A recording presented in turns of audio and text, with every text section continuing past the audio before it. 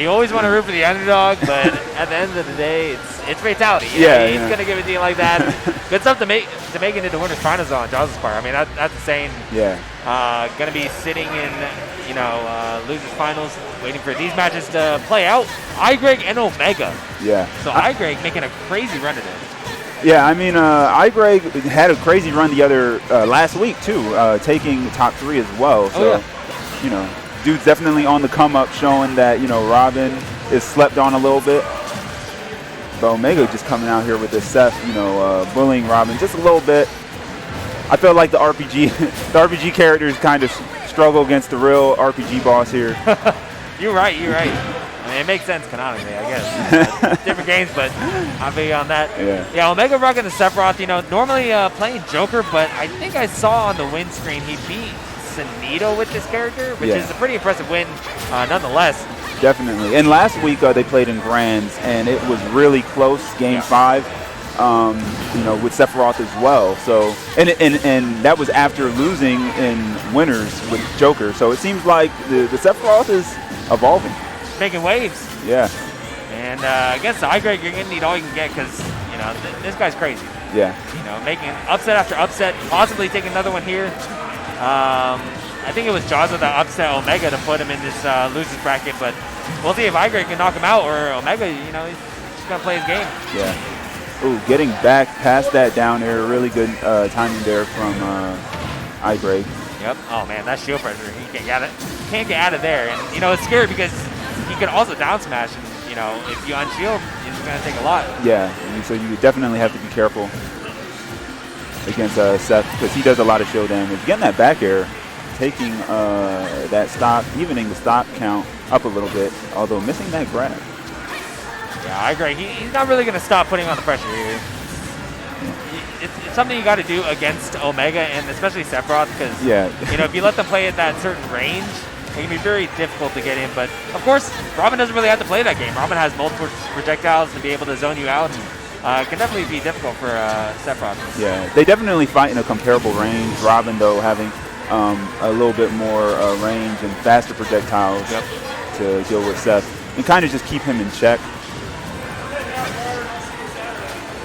But Seth also having that long range, so he doesn't really need to get past the projectiles as much as other characters, just enough so that his sword can reach. Yep. And nice little trapping right there. Omega just trying to keep iGreg at bay, and Robin's not really a risk at ledge if you keep him there.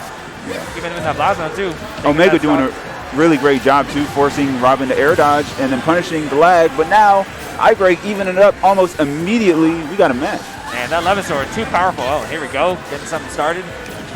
Not going to be able to confirm too much off of that paralyzing hit. I mean, not like the previous iteration, Smash 4, you get stuck there, you get combos. But in this game, you just kind of take the damage, and that's it. Sephiroth quite tall, though. It is sometimes hard for him to get past these big, beefy size projectiles. So. Oh, yeah. Well, Omega trying to do his best, but at 76%, a very light Sephiroth could be dangerous. Yeah, and Seth also wants to make sure he doesn't do anything too risky like that. Too risky like that. Oh, man. Yeah. Omega. I mean, Robin is strong, man. 11 sword. I think, the way they described it when the character came out where they were like smashes but in the air, right? Yeah. And that's what you're going to see with those 11 sword attacks. Very strong. Yeah, I mean, really strong ledge trapping, and Omega knowing how to get out of that certain situation, but iGreg just covered it perfectly. And I remember now. I think they actually played last week, and Omega actually, it was 3-0, you know what I mean, on iGreg. But I think what Omega was utilizing last week with Sephiroth was using the forward air into the ledge, like to hang, to get around the ledge trapping. But it seems like he's just going to go Joker. All right, I mean, if one's not working, if one top tier is not working, just go to another. I mean, it's pretty controversial. Is Sephiroth top tier? A lot of people think so. But why play Sephiroth when you have Joker in the back? Who's definitely, a top competitor for one of the best characters in the game. And I mean, he has the speed, right? Like, that is one thing that Robin does struggle with, dealing with those fast characters that can rush you down. Robin, not the fastest, so. For sure. I mean, she doesn't necessarily need to be fast per se, but in certain situations, in like scramble situations like right now when they're boxing, you kind of want to be fast. But in the air, I guess that's really all that matters. iGreg, he makes his character look fast. Right, yeah, exactly. Utilizing a lot of B reverses and a lot of tech to kind of mix up how he's moving does make Robin a little bit harder to catch than you would think from a character like that. Yep. Keep Omega on his toes. Yeah. Doing a good job of it so far. Trying to get that back air, but not quite. And Arsene is going to be out. This is scary. Yeah. How he's going to get off this ledge. Doesn't even get the opportunity. Omega with the quick trump into the back air. That was sick. Yeah. Smart pulling that out in game 2. It's like you didn't do that in game 1. Obviously, you know, Sephiroth, it's probably kind of weird to be able to, you know, let trump back air, but with Joker, you know, it's great, especially if Arsene's on deck. Here we go. It is still rolling. Yeah, I mean, right now, iGreg is just trying to escape, you know, this little vortex that he's in. Having a hard time dealing with Joker just running around, but getting, you know, the quick Nosferatu, getting some damage back. Yep. And using Nosferatu, you know, you want to make sure you use all those charges to get the book. I feel like that's one of the quickest way to get a book. You just, you know, spam that. Even if it doesn't connect, just, you know, make use of it. Yeah. And there you go. Back air. I noticed iGreg, it seems like he prefers to use the Arc Thunder to get the book, and he likes to keep the Nosferatu. I think he really likes having that command grab. Just a place thing, it seems like. Yeah, command grabs are pretty strong in general in this game. And it will help against Joker, who has moves where you don't want to hit, like his, was it Revenge or not Revenge, but, you know. Rebel's Guard. Rebel's Guard. Rebel's Guard? Yeah. You got it. I mean, knowing the names of these moves, man, I don't know how people do that, but you got it. Another ledge trump back here, but no Arsene on deck, and wow. Yeah. Just that coverage. I mean, Joker having such great movement can put himself exactly where he needs to be. Going up a stock here versus iGreg. Playing on point this game, but you know, we'll see what adjustments are going to be made by iGreg, and also having the counter pick advantage is pretty strong here, especially against a top competitor like Omega. Yeah, I mean, these guys are definitely, you know, two monsters of players.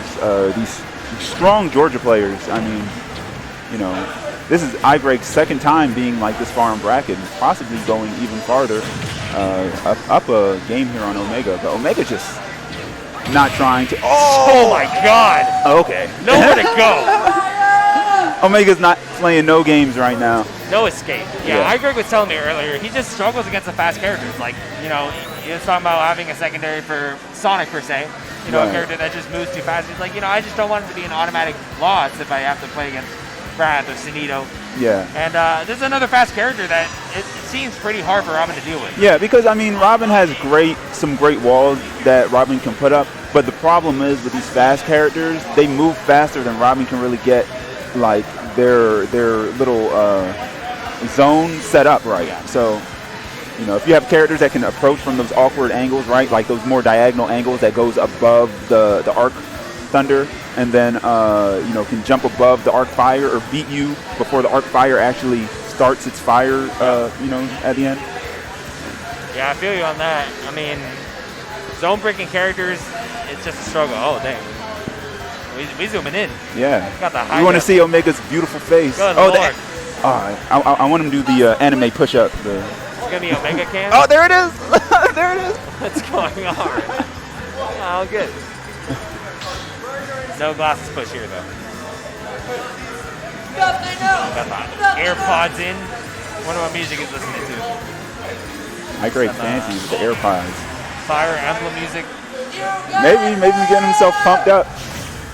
I don't know what's going through there, but okay. Raising the arms. I saw him do that earlier, so I guess that's just kind of how he gets warmed up. It's like that MMLAO adrenaline. Yeah, you know, the Super Saiyan little power up. Super Saiyan! He won that set, so it works. It does work. That's the crazy thing. It be working. All right. Speaking of working right now, iGreg has a lot of work to do because Omega seemed to have, you know, captured all the momentum in the set, really just handing it to iGreg in that game too. I didn't notice iGreg put him on the platform and kind of just waited. I wonder if iGreg was just taking in data. Maybe that's why he didn't want to take advantage of that situation. Maybe. Or he just didn't want to overcommit. Regardless, iGreg with so much, a lot of control right now over the pace of the match. Yep. Trying to make use of these arc fires and also like wave bouncing them, it's just really tricky for Omega because you don't really expect that type of movement out of Robin, out of players in general. Oh my God, almost killing. The high blast zone of small battlefield really bailing iGreg out right there. Oh, he doesn't get his book though. How's he gonna get back? Oh, it looked like Omega wanted to do the trump again. Yeah, but iGreg, he's going to be aware of it. I mean, he got hit by it twice, and they both led to losing his stock. Oh my God, no. What a setup. Oh, he gets the grab, though, on the platform. People shield on platforms. He knew he could jump up and get that grab. That was really smart. Yep, that's the magic of the command grab. And now, you know, iGreg looking really solid. Yeah, he just needs to get that kill like that, gets that forward air, and takes the first stock in this game 3 of Losers Quarters. Yeah, no amount of SPI is going to be able to save you right there. And now Omega, he's got some work to do.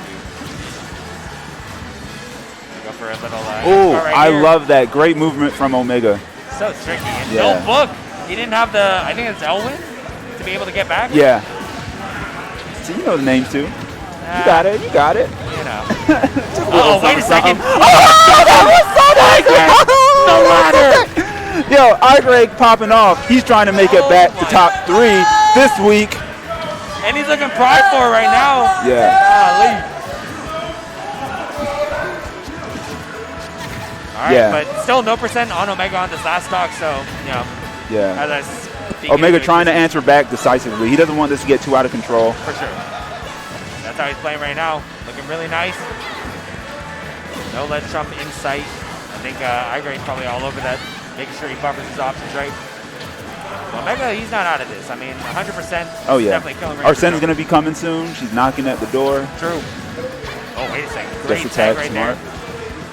Okay, now it's important, but this isn't the worst situation for iGreg, because let me tell you why. Look, he still has another stock, so even if he dies, like by the time Arsene really like gets to the end of Arsene, he should like, you know, he shouldn't be at a threat of dying, and then he can really take advantage. Ooh, that was a missed jump right there. Oh my God, that was so strong.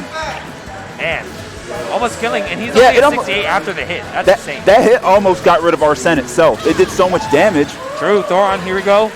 Throwing the book for good measure. Getting off the ledge. Perfect timing from Omega, and now possibly creating an edge guard sequence. Oh, okay. There you go. Bringing it to last stock, game 3. This is not a game 5 situation. So. iGreg wants to handle this quick, though. He does not want, if Omega gets Arsene, things can get out of control. No, this pop-off is going to be immaculate if iGreg is able to close this. But Omega's not going to give it freely.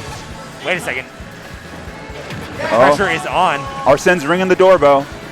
Who's going to answer? He's really forcing the issue, trying to get back to the stage, but finding land. Oh, wait a second. For iGreg. This is a no-jump situation, and Omega not able to convert. Oh, he gets it! Able to clutch it! Get up. Wow. After such a run, great play from iGreg. Yeah, iGreg looking a little frustrated, but I mean, like, you know, he had an amazing performance again with Robin, a character you don't see this far in bracket usually. Yeah, great stuff. Clutch from Omega. He didn't even need Arsene. True. He pulled it off without her. Him, whatever Arsene is. I don't assume gender. I don't know. I think it's like neutral basis. But man, Omega going to be holding on to this run just barely, and got another monster in front of him. Oh man, now he has to go through Scat. And Scat, with a myriad of characters, you know, you never really know who he's going to pull out. Omega definitely has it in him to do this. He's done it many a time, made it this far in bracket, so. You know, Scat, a veteran player, been around the block. Probably one of the longest standing, well,